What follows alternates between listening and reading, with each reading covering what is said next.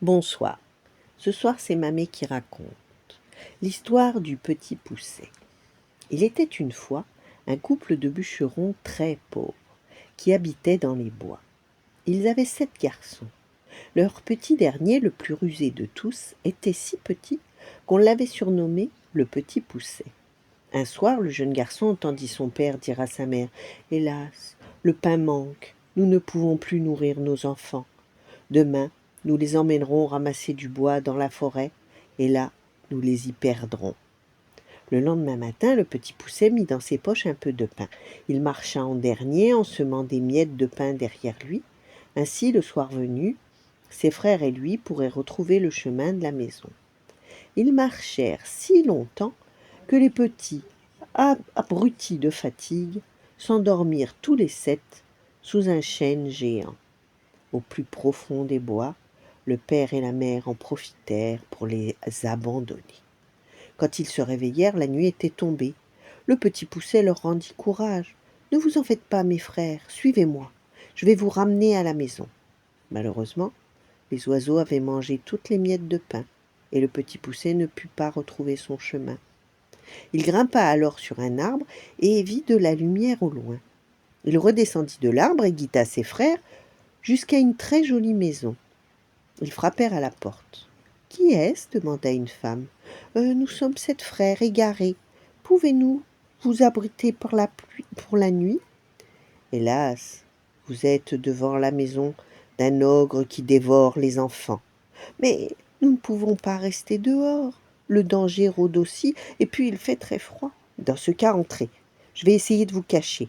Allez vite au fond de la grande armoire. » Un peu plus tard, l'ogre arriva chez lui. À peine entré, il renifla très fort.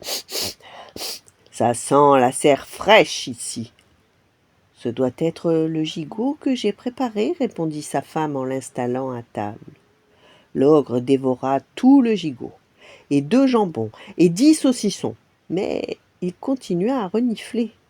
« Ça sent toujours la chair fraîche. Tu me caches quelque chose, femme. » L'ogre se mit à fouiller la pièce. Et bien sûr, il découvrit le petit Poucet et ses frères.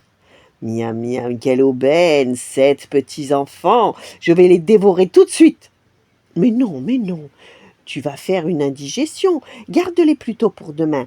Je vais aller les coucher là-haut. » La femme de l'ogre emmena les 7 petits garçons dans un grand lit. Dans la même pièce dormaient les 7 filles de l'ogre. Elles portaient toutes des couronnes sur la tête. Alors, avant de s'endormir, le petit Poucet retira son bonnet et celui de ses frères et le mit aux petites ogresses, et il se coiffa ainsi que ses frères des couronnes. Pendant la nuit, l'ogre eut une petite faim. « Je pourrai jamais attendre demain pour dévorer ces gamins. » Et il alla dans la chambre. Lorsqu'il sentit sous ses mains les petits bonnets, il se jeta sur ses proies et n'en fit qu'une seule bouchée. Puis il alla se recoucher. Le lendemain matin, le petit Poucet et ses frères s'évadèrent vite. Lorsque l'ogre s'éveilla et qu'il constata qu'il avait mangé ses propres filles, il se mit très en colère. Il chaussa ses bottes de 7 lieues et partit à la poursuite des enfants. En entendant l'ogre arriver, les frères se cachèrent derrière un rocher. L'ogre les chercha toute la journée, jusqu'au moment où, fatigué, il alla s'étendre sous un arbre et s'endormit. Le petit Poucet en profita pour lui voler ses bottes magiques, et guidant ses frères, il retrouva ainsi rapidement le chemin de la maison.